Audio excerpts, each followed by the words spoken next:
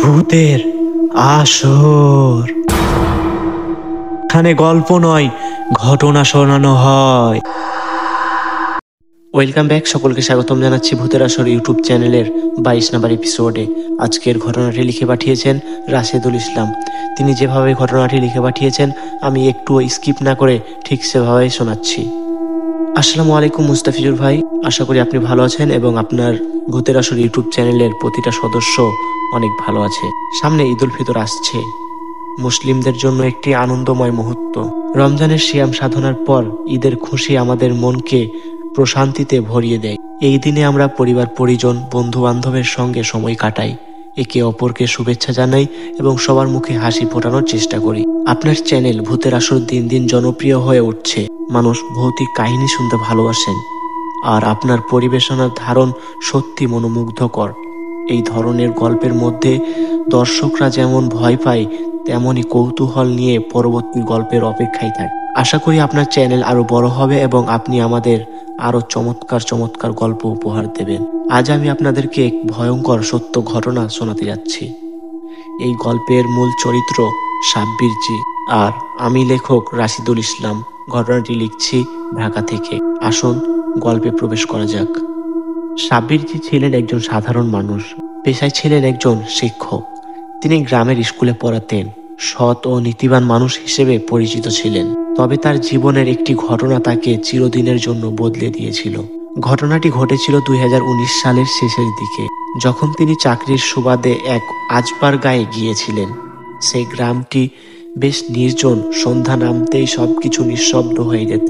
সাব্বির জি স্কুলের কাছে একটি বাড়ি ভাড়া নেন। প্রথম কয়েকদিন ঠিকঠাক ছিল, কিন্তু এক রাতে তিনি বুঝতে পারেন এই বাড়ির আশপাশে কিছু একটা অস্বাভাবিক ঘটনা ঘটছে।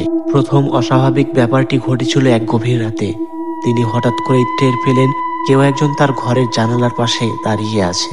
তিনি ভেবেছিলেন হয়তো কোনো চোর হবে, কিন্তু বাইরে তাকিয়ে কাউকে দেখতে পেলেন না।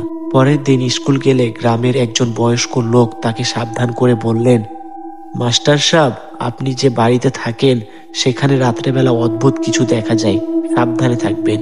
মাস্টারজি ব্যাপারটাকে ততটা গুরুত্ব দিলেন না, কিন্তু ধীরে ধীরে তিনি নিজেই উপলব্ধি করলেন কিছু একটা সত্যি আছে।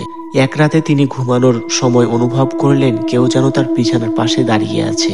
চোখ খুলতেই তিনি দেখতে পেলেন এক লম্বা কালো ছায়ামূর্তি দরজার সামনে দাঁড়িয়ে আছে।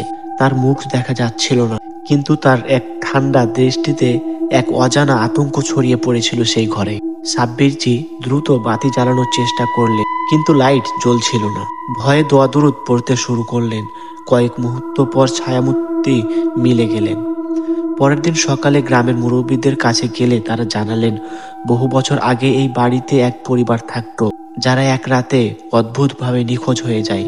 কেউ জানে না তারা কোথায় গেছে। এরপর থেকেই বাড়িতে ভৌতিক ঘটনা ঘটতে থাকে। সাব্বির জি আর দেরি করলেন না, সেই দিনই বাড়ি ছেড়ে অন্য জায়গায় উঠে গেলেন। এরপর থেকে তিনি আর কখনো ভৌতিক ঘটনার মুখোমুখি হয়নি। তবে তিনি এখনো মাঝে মাঝে স্বপ্নে সেই ছায়ামূর্তি দেখতে পান। এটি ছিল সাব্বির জির অভিজ্ঞতা। তবে তিনি এখনো মাঝে মাঝে স্বপ্নে সেই ছায়ামূর্তিকে দেখতে পান। এই ছিল সাব্বির জির অভিজ্ঞতা। সত্যি ভয়ঙ্কর, তাই না? ঈদের আনন্দের মাঝেও এমন ভয়ঙ্কর কাহিনী আমাদের মনকে রোমাঞ্চকর করে তোলে। এই ছিল রাশিদুল ইসলামের পাঠানো একটি ঘটনা। ঘটনাটি কেমন লাগলো কমেন্টে অবশ্যই জানাবেন এবং চ্যানেলটি সাবস্ক্রাইব করে দিবেন। ঈদের শুভেচ্ছা রইল। আল্লাহ আপনাদের ভালো রাখুক, সুস্থ রাখুক। আল্লাহ হাফেজ।